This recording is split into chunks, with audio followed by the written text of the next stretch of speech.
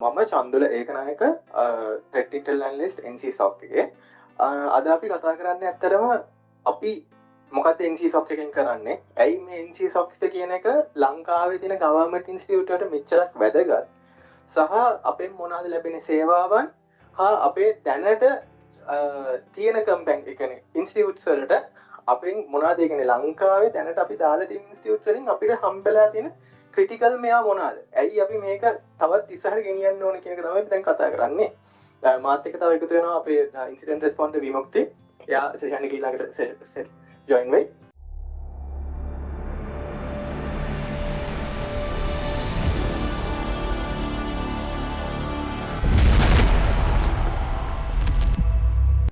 අපි මොනවද කරන්නේ? ඇයි මෙතනට NCSOC කියලා එකක් වැදගත්?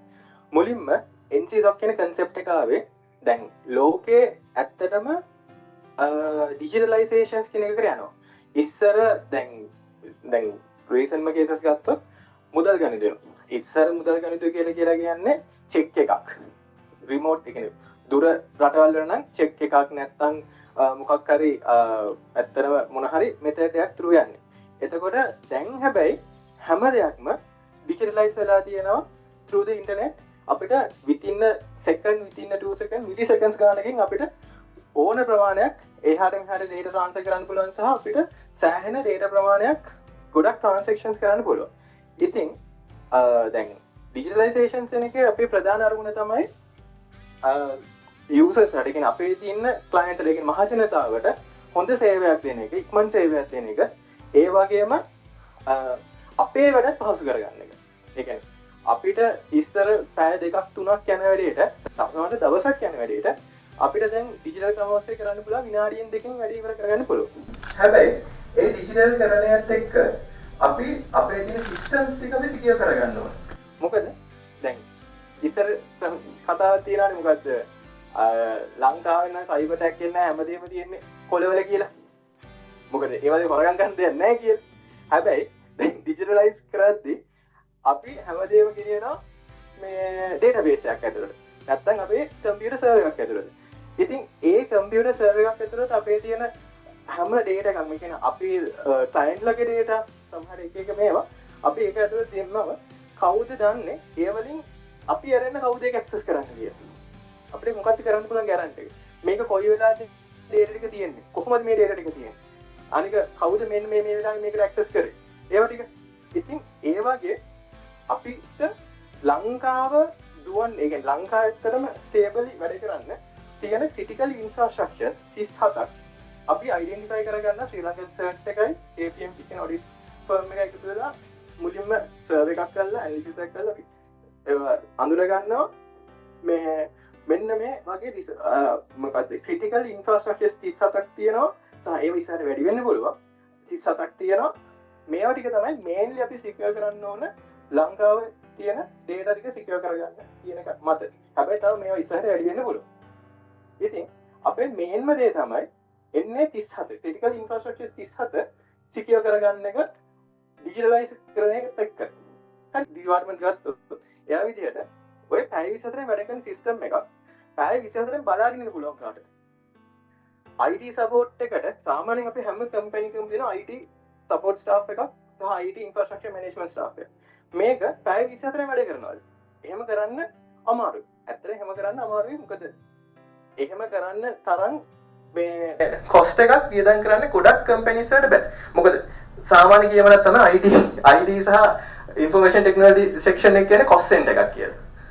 වියදම යන සෙක්ෂන් එක. ඒක කවදාවත් ප්‍රොෆිට් කරන්න බෑ. මොකද ඒකෙන් කරන්නේ සපෝට් ස්ටාෆ් එකක්. හැබැයි ඒ IT සපෝට් එකෙන් වෙන අනිත් ඒවාට එන ප්‍රොෆිටැබිලිටි කොයි වෙලාවෙත් account කරන්නේ නැහැ එතන.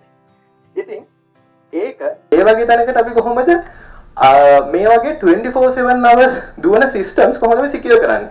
ඉතින් මෙතනදී අපි ඒකට විසඳුමක් විදිහට තමයි මේ NCSOC එක පළවෙනියෙන් අපි අරගෙන තියෙන්නේ.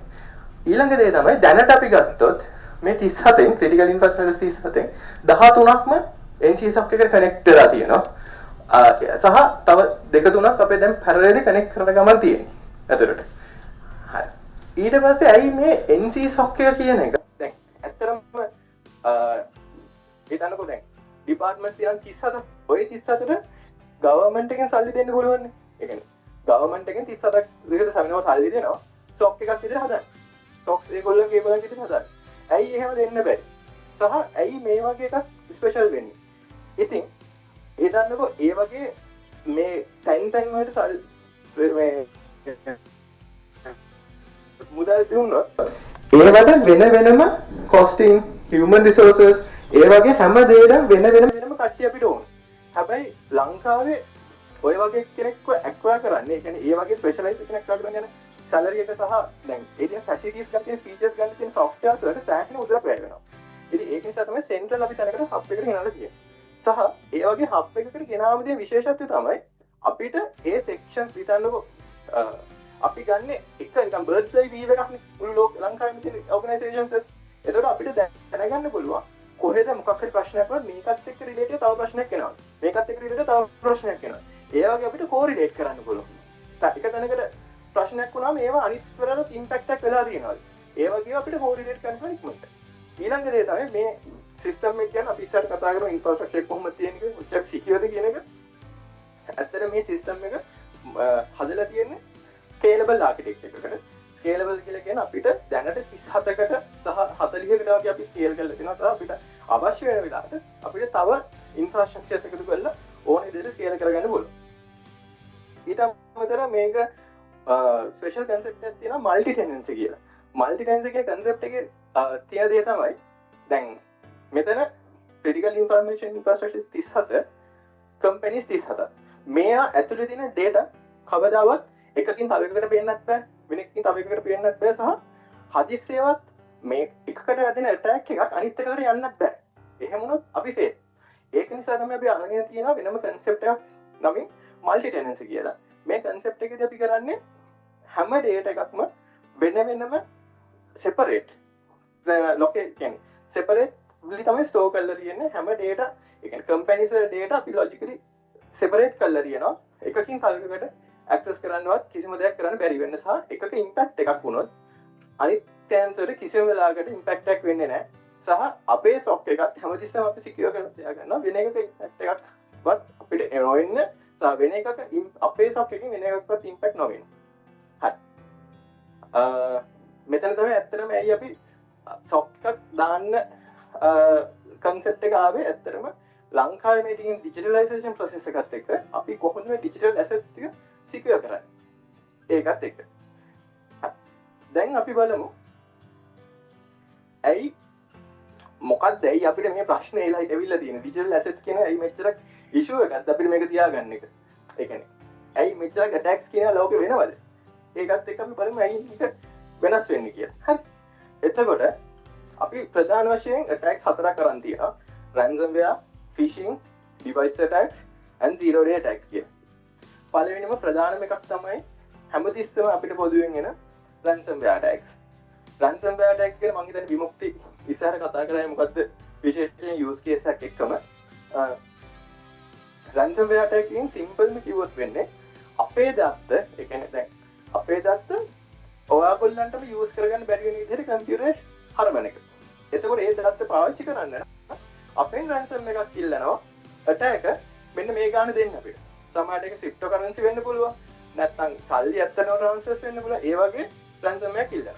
ඉතින් සමහර හිතන්නකෝ ඕවල කොච්චරක් කම්පැනි කෙරේට වගේම සමහරට අපේ දැන් සමහර වෙලාවට අපි personal data පව අපේ කම්පියුටර් එකෙන් වැඩ කරගෙන සමහර දේ. එතකොට අපේ data වලට හානියක් වෙන්න පුළුවන් සහ කම්පැනි ගේ data වලට ගොඩක් data ටිකක් හානි වෙන්න පුළුවන් ගන්න බැරි වෙන විදිහට.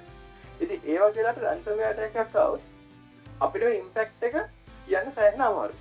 ඉතින් ඕගන් පේනවාද 54%ක්ම ransomware අපිට තියෙනවා සහ average ransom globally ගත්තොත් ඔයගේ attack එක $2 million ඉල්ලනවා attack කෙනෙක් ඕක ටිකට් කරලා දෙන්න. ඒ කියන්නේ ඕක පාවිච්චි කරන්න පුළුවන් විදිහට ගෙනියන්න. ඉතින් ඒ වගේ ගානක් ඊදම් කරන්න අපිට වෙනවා මොකක් හරි අපේ තියෙනම ප්‍රශ්නයක් නිසා අපේ තියෙන data ටික encrypt කරලා ඒවා එච්චරක් වටිනවනේ. ඒකයි පළවෙනි දේ. දෙවෙනි එක තමයි zero day attacks. zero day attacks කියන එකෙන් අපි කියන්නේ ඇත්තටම සමහර software කියන්නේ හැම software එකක්ම legitimate softwares පව hardwares පව ඒවා testing process එකට ගිහිලා තමයි ගෙන්නේ. හැබැයි developers ලා ඇත්තටම developers ලා කියන්නේ අපි වගේ මිනිස්සුනේ. ඉතින් ඒගොල්ලන්ට හම්බෙන්නේ නැති සමහර පොඩි පොඩි ලූප් හෝල්ස් තියෙනවා. ඔයගේ ලූප් හෝල්ස් බලන්නේ කවුද? ඇටැකර්ස්ලා. මොකද ඇටැකර්ස්ලාගේ වෙනම කමියුනිටිස් තියෙනවා. ඔයගේ ලූප් හෝල්ස් හොයාගන්න ඒවා. හොයලා මේවට ඇටැක් කරනවා. ඉතින් ඒ වගේ පැච් එකක්වත් නැති. ඒ කියන්නේ ඩෙවලොපර්ස්ලාගේ මොකක් හරි ඉෂුව එකක් ආවොත් ඒ කියන්නේ ඇටැක් එකක් සොෆ්ට්වෙයාර් එක මොන හරි ඉෂුව එකක් ආවොත් අපි ඒකට කියනවා අප්ඩේට් කරනවා කියලා කියන්නේ. පැච් අප්ඩේට් කියලා කියන්නේ. ඔය අප්ඩේට් කරන්න හැමතිස්සම අපේ සොෆ්ට්වෙයාර්ස් ෆෝන්ස් ඔයගේ අප්ඩේට් කරන්න කියලා කියන්නේ මේවල ඩිවල් රිලීස් කරාට පස්සේ ඒ කියන්නේ පාවිච්චි ගත්තට පස්සේ ඩෙවලොපර්ස්ලාට තපුවෙන සිකියුරිටි ප්‍රශ්න තියෙනවා. ඒවට ඒගොල්ලෝ එක එක සොලියුෂන්ස් ඒවා. ඕවා තමයි අප්ඩේට්ස් ඉදිරිය දෙන්නේ. ඉතින් සමහර එහෙම ආපු නැති ඒවා ඩිටෙක්ට් කරන්න වෙනම එන්ජින්ස් තියෙනවා සිකියුරිටි වල. ඉතින් ඒ වගේ වලට ටාගට් වෙලා 95ක් විතර ඇත්තටම ඇවිල්ලා තියෙනවා ඇටැක්. සහ ඒ වලින් 75ක් විතර ඒ කියන්නේ 75ක් විතර CSI 23 තමයි අයිඩෙන්ටිෆයි වෙලා තියෙන්නේ මේ වගේ ඒවා වැඩි වෙනවා කියලා. ඊළඟට ප්‍රධානම එකක් තමයි ෆිෂිං. ෆිෂිං කියන එක ඇත්තටම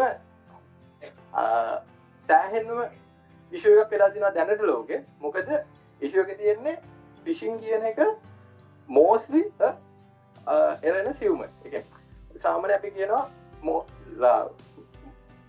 හොඳම එක්ස්ප්ලොයිට් කරන්න පුළුවන් තැන තමයි මිනිස්සු. මොකද මිනිස්සු කියන කට්ටිය අපි කියන කට්ටිය ගොඩක් කරාට ෆීලිංග්ස් වලට වැඩ කරනවා. කවුරු හරි හදිසි කරොත් මේකමඩ දාන්න මේකමඩ දාන්න කියලා මේවා කරලා වැඩ කරන්න ගත්තොත් හරි.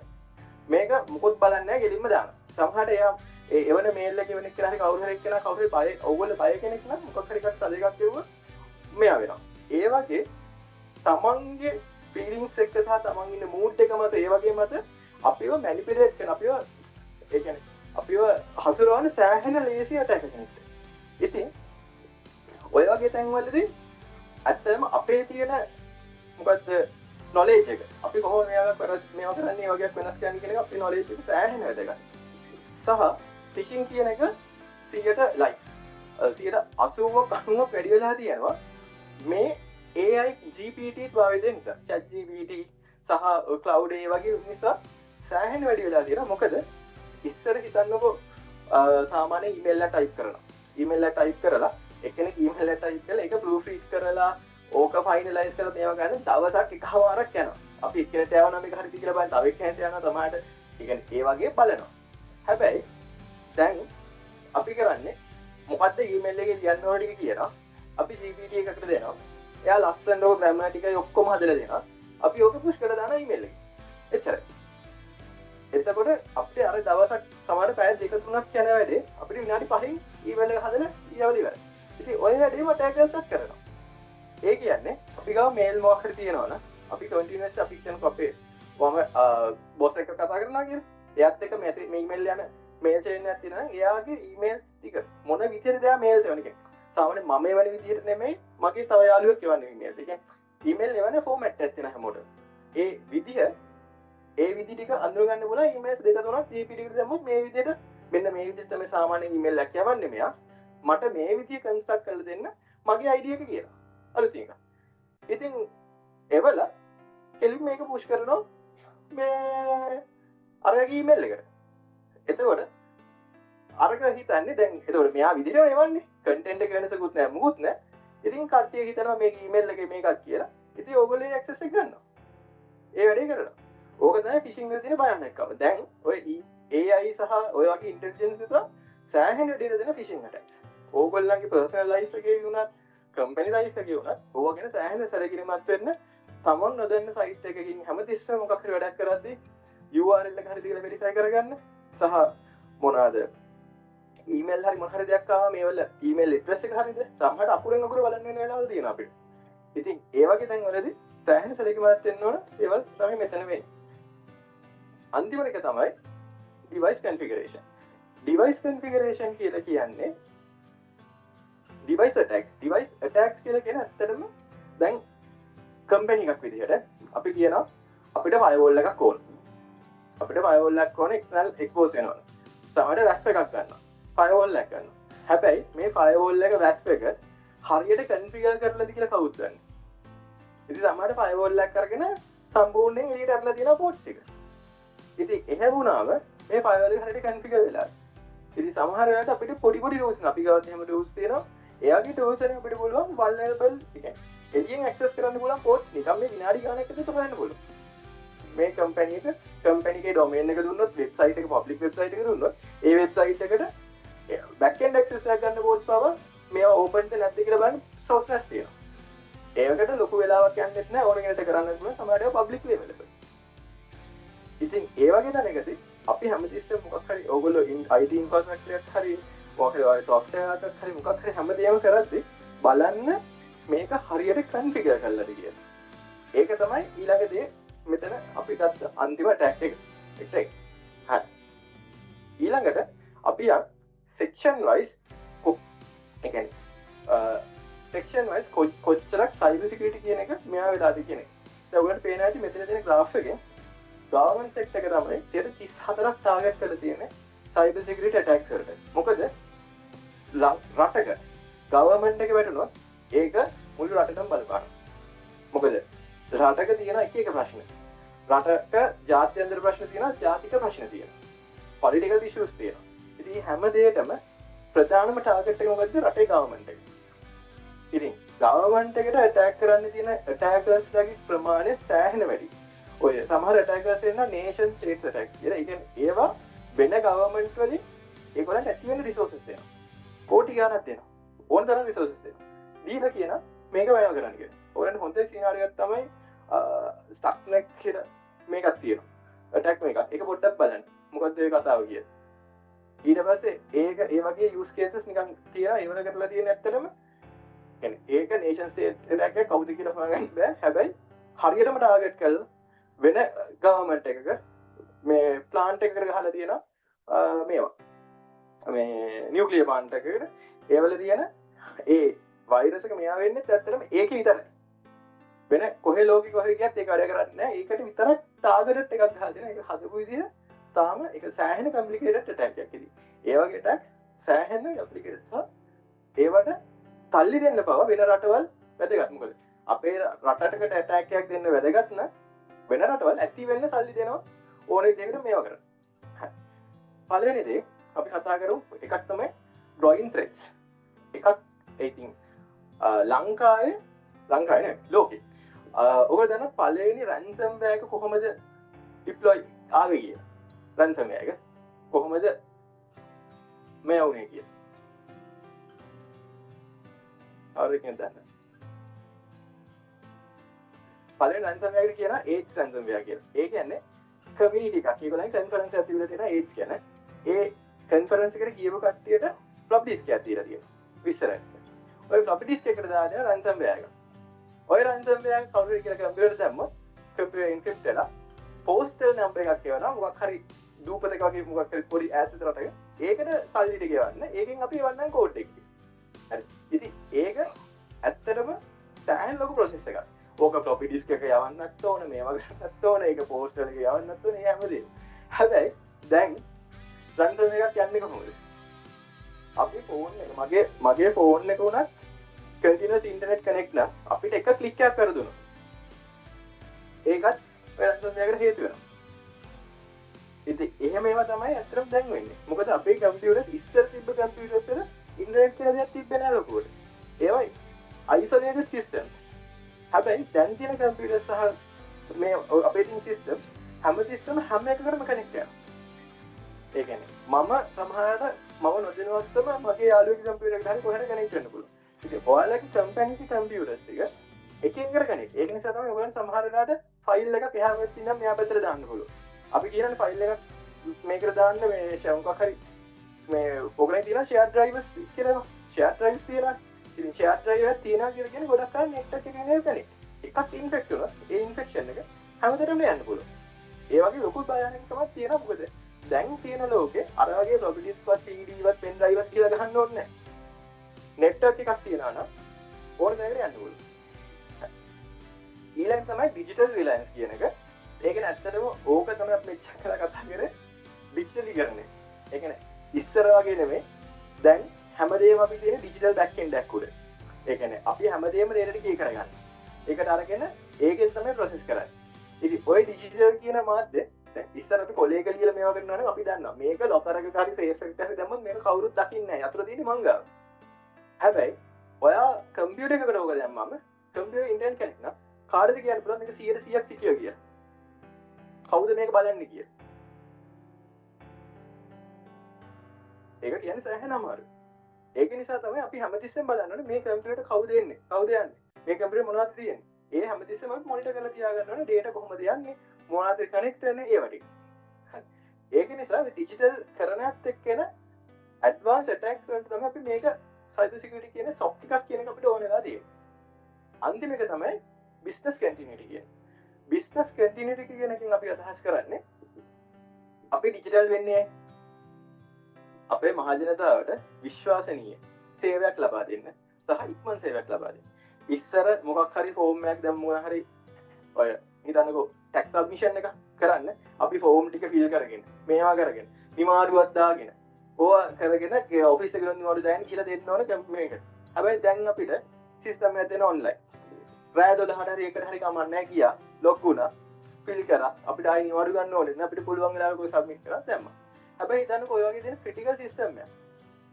අපි හිතන්නේ දෙක යූසර් යූස් කරන්න බැරි වෙන විදිහට එක වෙලාවට ඩවුන් වෙනවා.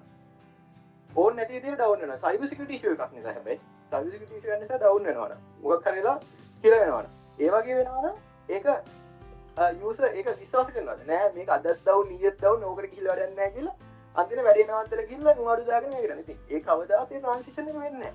අනිත් එක තමයි අපි දාන ඩේටා එකක් කොහේ හරි ගිහිල්ලා පබ්ලික් එක්ස්පෝස් වුණා.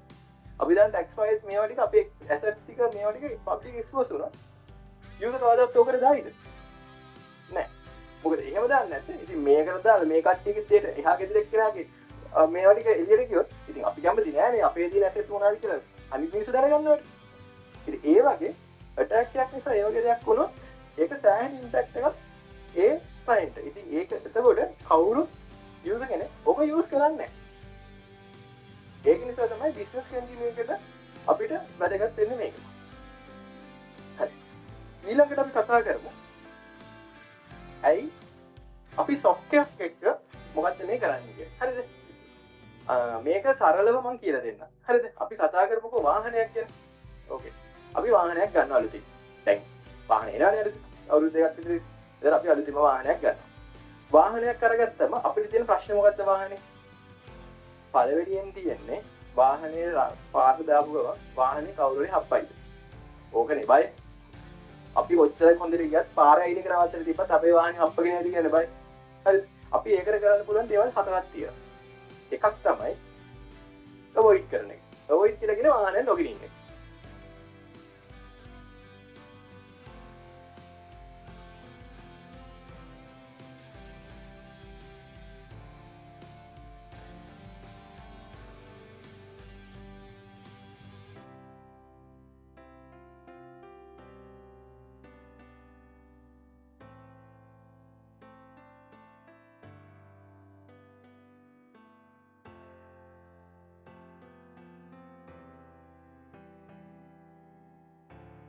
වාහනේ එන්ජොයිමන්ට් එකක් කිසිම දෙයක් ගන්න නැහැ මොකද ඒකෙන් යන්න බයයි. හරි. අන්තිම එක තමයි ට්‍රාන්ස්ෆර් කරන එක. ට්‍රාන්ස්ෆර් කරනවා කියලා කියන්නේ අපි ඉන්ෂුරන්ස් එකක් දාන්න. හරි. වාහනේ ලක්ෂ 50 නම් ලක්ෂ 50 ගේ ඉන්ෂුරන්ස් එකක් දාන්න ලක්ෂ 45 ගේ ඉන්ෂුරන්ස් දානවා. කවුරුනේ හප්පලා කුඩු කරා මට ලක්ෂ 45ක් අතර හම්බ වෙනවා. එතන මම අලුත් වාහනයක් ගන්නවා.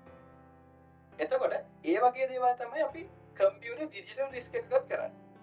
අපිට මොකක් හරි දෙයක් කරන්න ඕන ඩිජිටලයිසේෂන් ප්‍රොසෙස් එකක්. ඒකට රිස්ක් එකක් තියෙනවනේ. ඒක අටැක් කරයි මොකක් හරි මේවා වෙයි කියලා හිතනවනේ.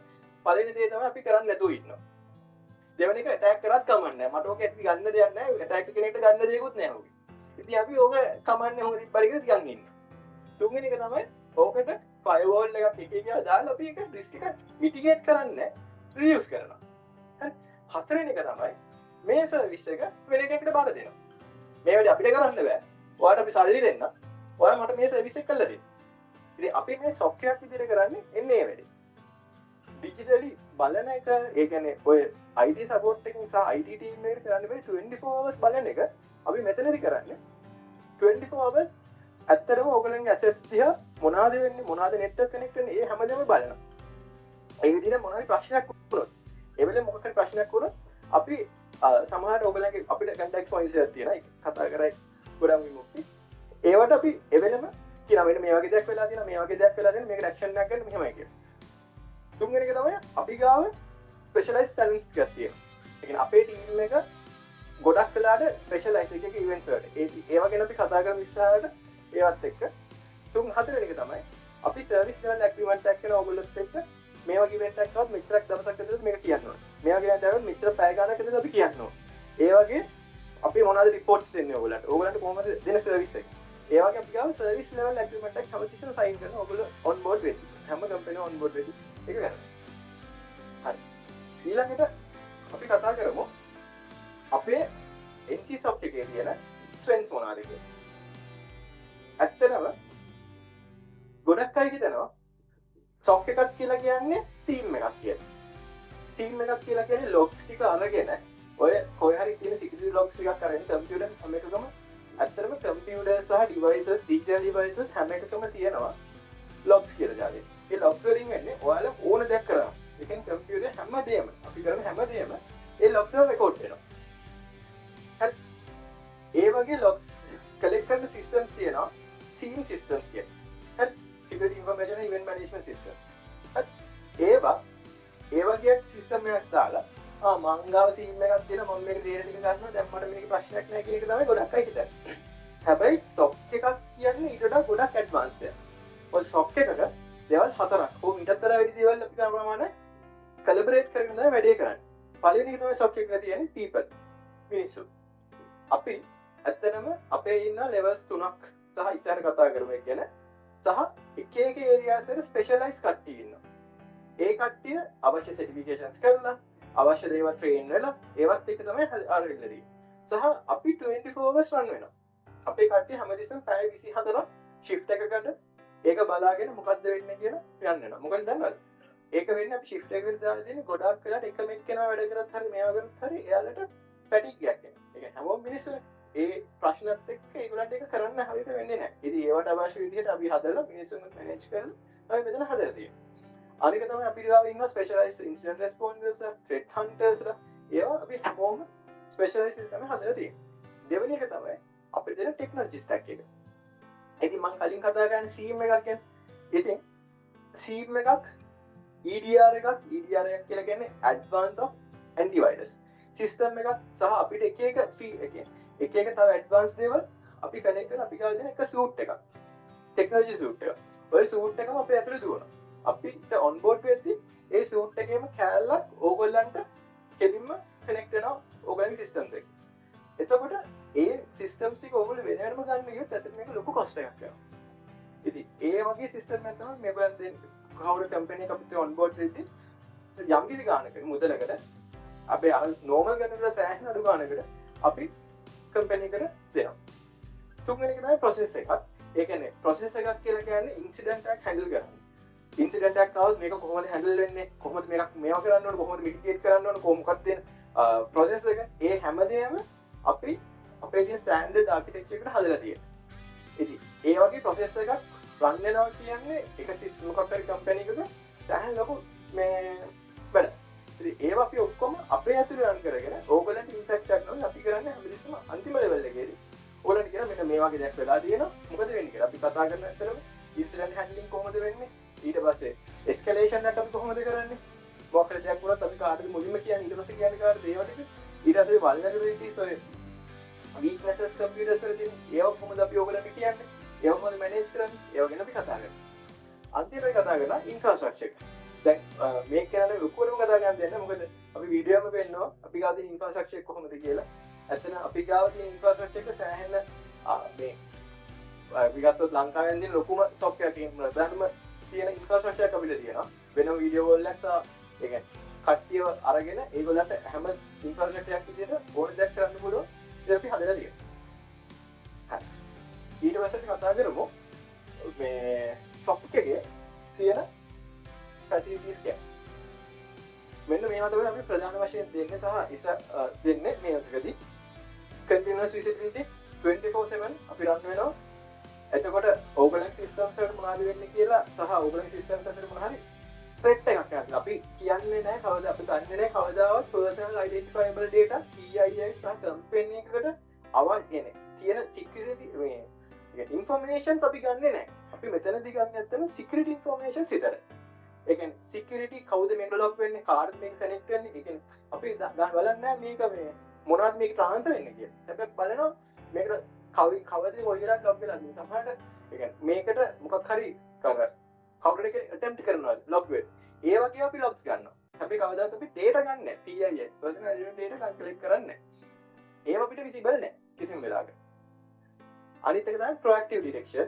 ඒ කියන්නේ අපේ සමහර වෙලාවට queries තියෙනවා දැන් attack එකේ try කරනවා නම් මේවා connect වෙන try කරනවා නම් අපිට detect වෙනවා. connect උනාට පස්සේ ඇත්තටම detect කරලා වැඩක් නැහැ නේ. ගොඩක් වෙලා සමහරට එහෙමත් වෙන වෙලාවල කියන්නේ connect වෙලා first stage එකේදී කියන්නේ final harm එක කරන්න කලින් හරි connect වෙන්න කලින් හරි අපිට detect කරන්න පුළුවන් තියෙන facilities එක. fast resolution කියලා කියන්නේ මොකක් හරි දෙයක් වුණාම අපිට ඉක්මනටම මේක resolvement එකකට ගෙනියන්න පුළුවන්. මොකද සමහර වෙලාවට අපි දැනගන්නේ මෙහෙම දෙයක් වුණා කියලා social media එකේ මිනිස්සු කිව්වට පස්සේ. ඇත්ත කතාව. මෙන්න මේ සයිට් එකට ඩවුන් මෙහෙමයි කියලා කියනවා මිනිස්සු social media එකේ FB එකේ හරි කොහරි කියනවා තමයි දන්නේ. මල අපේ සයිට් එක ඩවුන් නේද කියලා. එහෙම නෙවෙන්නේ. ඉතින් ඒ වගේ දෙයක් අඩු කරගන්න පුළුවන් මේ වගේ එකට කනෙක්ට් කරොත් මොකද ඉක්මනටම අපිට වැඩේ කරගන්න පුළුවන්. තුන්වෙනි හතරේ තමයි continuous improvement. ඒ කියන්නේ අපේ දින ස්ටෙප්ස් එක සහ අපේ දින facilities එක උගන්ට continuous improve වෙන්න පුළුවන් දේවල්. ඒක තමයි අන්තිම ස්ටෙප් එක. හරි. දැන් අපි කතා කරමු කොහොමද අපේ ආකිටෙක්චර් එක high level එකකින් අපි වෙන්නේ කියලා. හරි. මම පළවෙනියෙන් කතා කරා multi tenant architecture එකක් තමයි තියෙන්නේ කියලා. එතකොට domain අපිට companies 20ක්ද 30ක්ද 40ක්ද 50ක්ද වුණත් ආවත් කමක් නැහැ. companies වල data segregate කරලා තියෙනවා. එක company එකේ data අනිත් එකට ඉන්න බැරි වෙනවා. දෙවෙනි එක තමයි අපි tunneling එකක් ඇතුලේ ගහලා තියෙනවා. ඒ කියන්නේ ඇත්තටම ඕගොල්ලන්ගේ security data එක තැනකින් තව තැනකට ගේන්න එපා. අපේ තියෙන වෙනම data center එකක් ඒ data center එකට ගේන්න ඕන ඕගොල්ලන්ගේ තියෙන servers data center එකේ තියෙන security data විතරයි.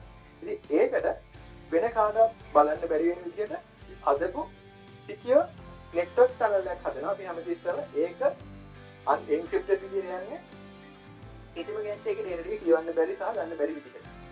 තුන්වෙනි එක තමයි අපි මේක ස්ටෝර් කරලා තියෙන TT architecture. TT data center එක.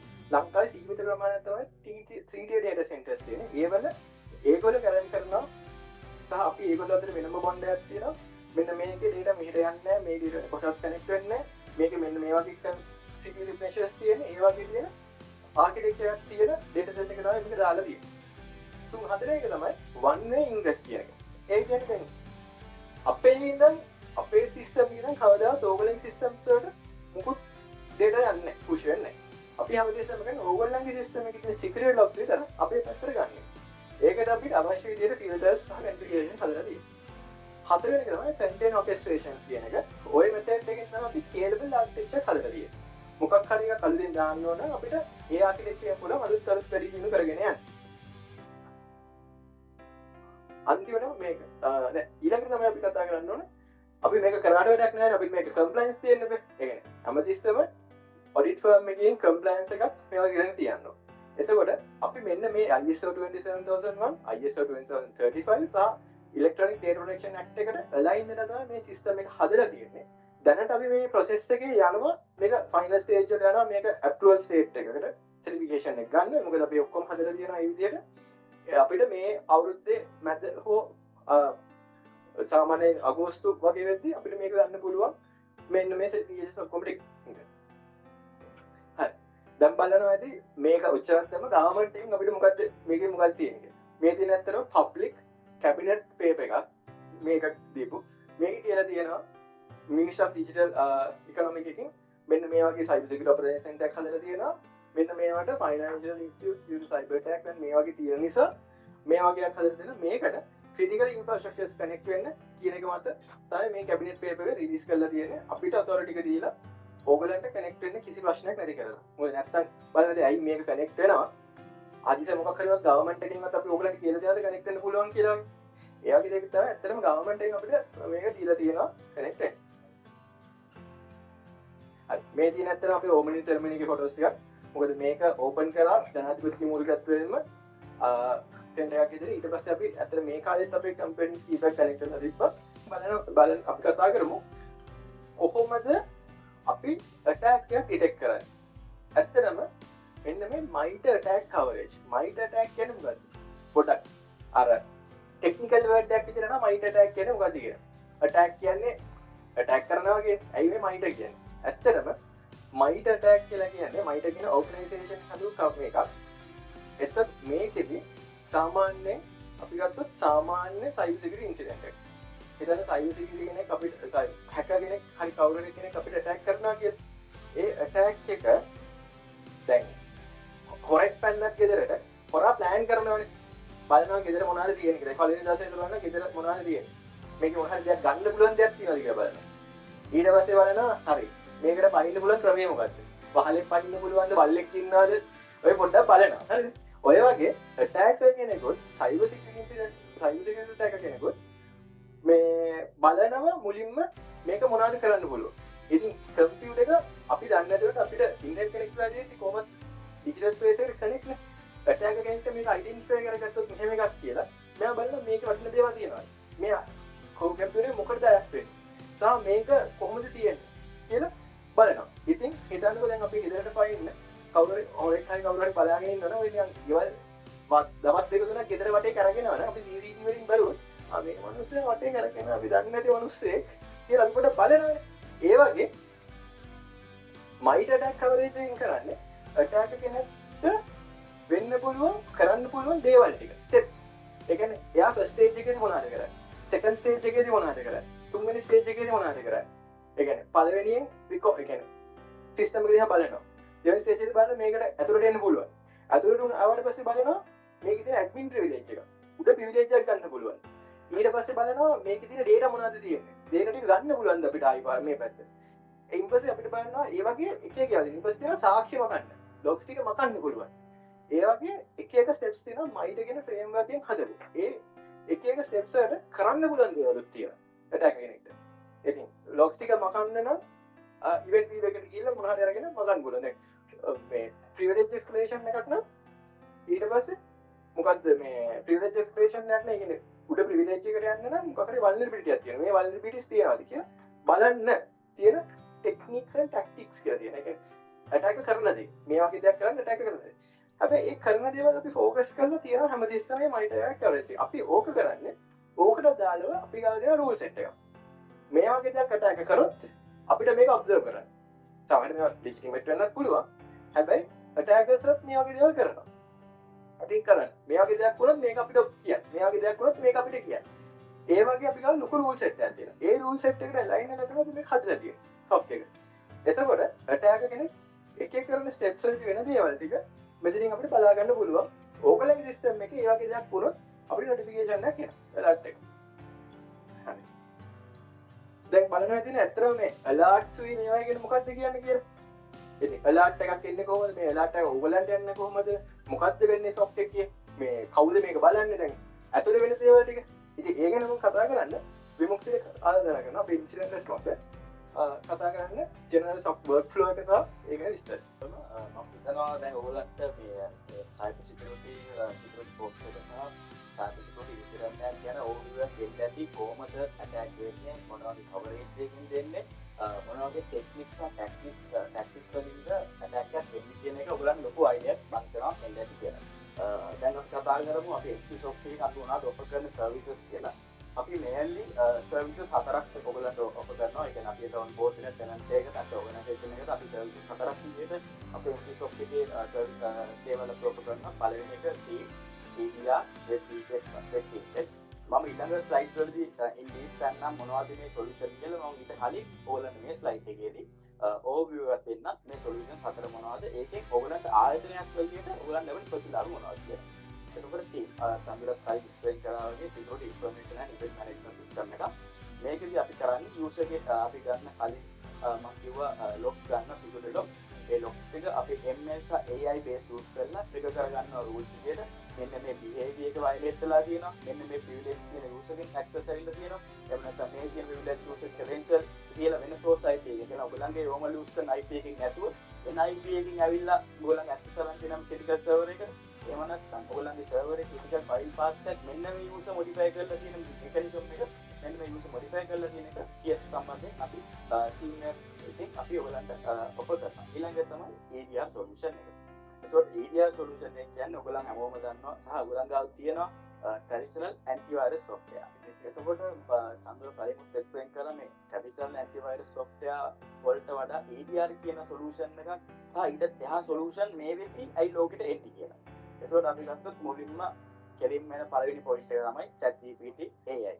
AI use කරලා අපිට උන phishing campaign එකක් pop up කරගන්න පුළුවන්.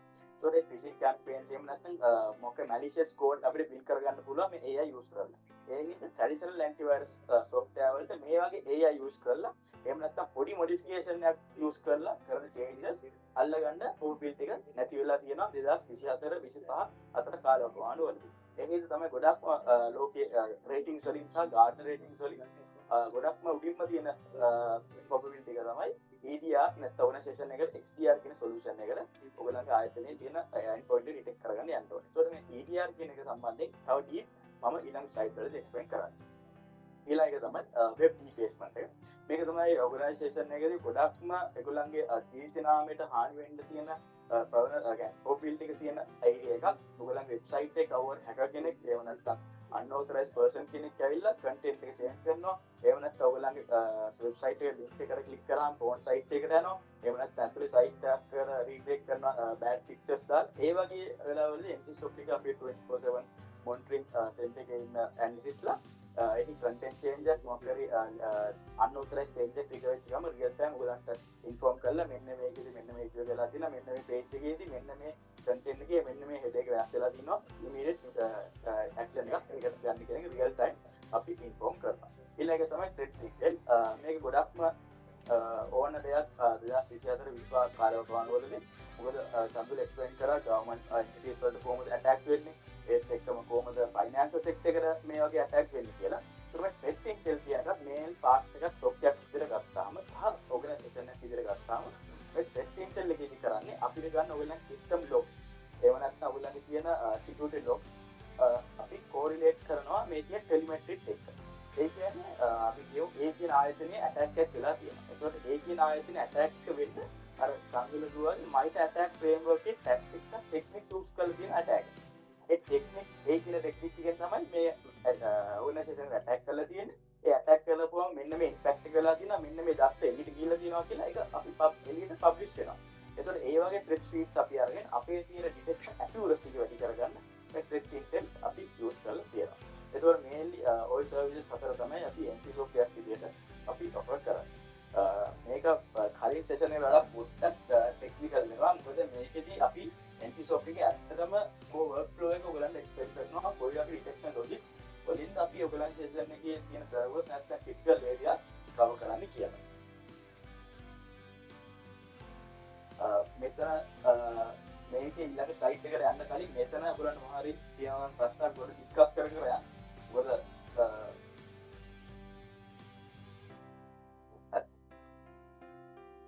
දැන් අපි කතා කරමු මම කලින් කිව්වා අපි ඔෆර් කරන සර්විස් එකේ පළවෙනි සර්විස් එක EDR solution එක.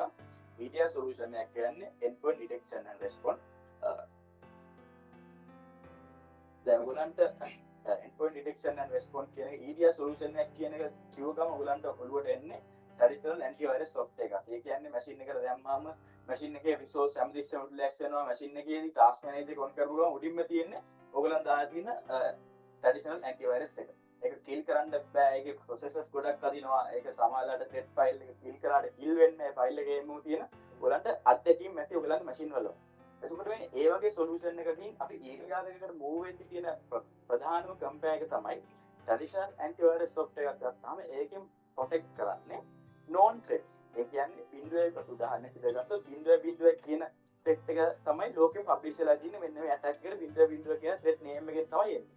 එතකොට මේ EDR එකක් ගත්තාම බිඳුව කියන threat එකට අමතරව එයා බිඳුව කියන threat එක ඇතුළට ඇවිල්ලා machine එකේ මොනවද file වෙනස් වෙන්නේ මොන වගේ folders create වෙන්නේ මොනවද delete වෙන්නේ කියන behavior wise monitor කරන එක තමයි EDR එකේ mainly purpose එකක් වෙන්නේ. ඒත් එක්කම අපි ගත්තොත් 2025-24 වෙද්දී AI use වෙනවා වැඩි. AI use කරපු හින්දා known threat එකක් පොඩි වෙනස්කමක් කරලා ආය ඔයගලගේ machine එකට එවුවාම traditional antivirus software එකේ ඒක අල්ලන්න ප්‍රවණතාවයක් නැහැ. මොකද ඒක පොඩි සින්ටැක්ස් එරර් එකක් සහ සින්ටැක්ස් චේන්ජ් එකක් කරලා තියෙනවා. ට්‍රැඩිෂනල් ඇන්ටිවයිරස් සොෆ්ට්වෙයාර් එකේ නෝන් එකක් නෙමෙයි. ඒතකොට එයාගේ දීලා තියෙන ඩේටාබේස් එකේ තියෙන මැල්වෙයාර් කැටගරි එකේ අයිති නැහැ. මොකද පොඩි වෙනසක් වෙලා තියෙනවා. ඒතකොට ඒ වගේ වල්ල ගන්න තමයි EDR සොලියුෂන් එක කියලා තියෙන්නේ.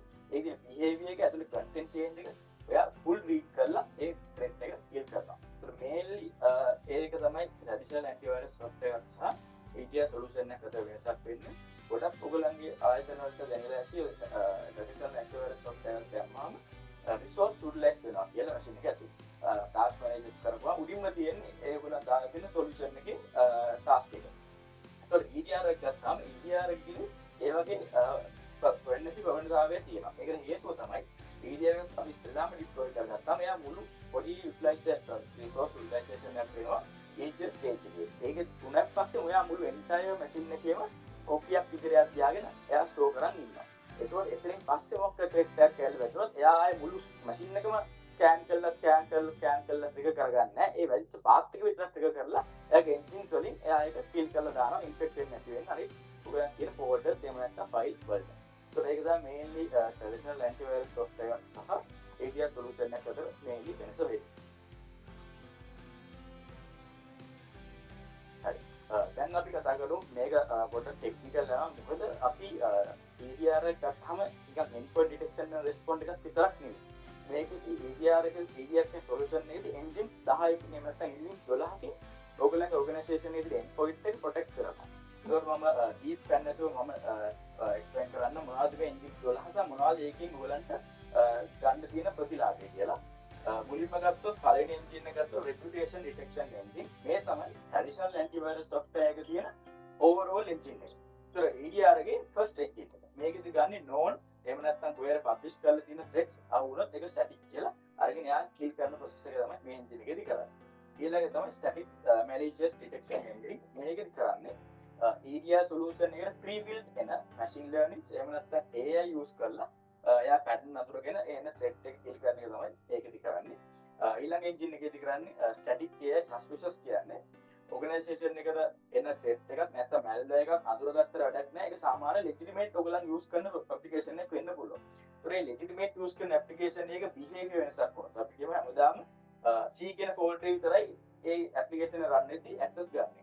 එතකොට අපි ඕමම සතියක් දෙකක් දීලා තුන්වෙනි සතිය වෙද්දී ඒ application එක D කියන folder එක නැත්නම් E කියන folder එක access කරගෙන ඔයගොල්ලන්ගේ data edit කරන modify කරනවා. ඒතකොට ඒ වගේ ඒවා detect කරලා kill කරන එක තමයි මේ engine කරන්නේ. අන්තිම එක තමයි unwanted application detection engines. මේකෙදි කරන්නේ ඔයගොල්ලන් crack software install කරගන්නවා. එහෙම නැත්නම් ඔයගොල්ලන් legitimate නැති software use කරගන්නවා. ඒ වලදී මොනවාරි malicious content එකක් තියෙනවා නම් ඒවා ඔයගොල්ලන් machine එකට infect වෙන්නේ නැති වෙන්න ඒක kill කරන එක තමයි මේ engine එකෙදි කරන්නේ. ඒත් එක්කම behavior engine එක මේක තමයි main core එක EDR solution එකක තියෙන මේකෙදි කරන්නේ ඔයගොල්ලන්ගේ behavior එක capture කරගන්නවා. කලින් කිව්වා වගේ ransomware වගේ එද්දී ඒ වල තියෙන attempt එක encrypt කරන්න එද්දිම එයා kill කරලා එක isolate කරගන්න machine එක සහ rollback feature එක අපි මේ EDR solution එකත් එක්කම ඔයගලන්ට හැම වෙන Windows වලට විතරක් ඒ කියන්නේ organization එක කියන්නේ මේක machine එකකදී ransomware එකක් වෙදිලා folder එක encrypt කරන්න පටන් ගත්තොත් අපි මේ EDR solution එක deploy කරලා තියනවා Windows machine එකකදී ඒකෙදි අපිට තියෙන rollback කියන feature එක rollback කියන feature එකෙන් වෙන්නේ 10යි 5ට ransomware එක වෙදිලා folder එක encrypt කරන්න ගත්තොත් 10යි 9 වෙනි තිබ්බ ස්ටේජ් එකට එන්ක්‍රිප්ට් වෙන්න කලින් තිබ්බ ස්ටේජ් එකට අපිට රෝල් බෑක් කරන්න පුළුවන් ඒ ෆෝල්ඩර් එක. එතකොට ඊළඟ මේන් එන්ජින් එක තමයි ડોකියුමන්ට් ස්ක්‍රිප්ටිංగ్ එන්ජින් එක. මේකත් ගොඩක්ම යූස් වෙන්නේ රජයේ ආයතන ඩවුන්ලෝඩ් කරගන්නවා PDF ෆයිල්, Excel නැත්නම් Word ෆයිල්ස්. ඔයගලන්ට එනවා මේල් වලින් එහෙම නැත්නම් ඔයගලන් යූස් කරනවා කවරි තුනක් එක එඩිට් කරනවා.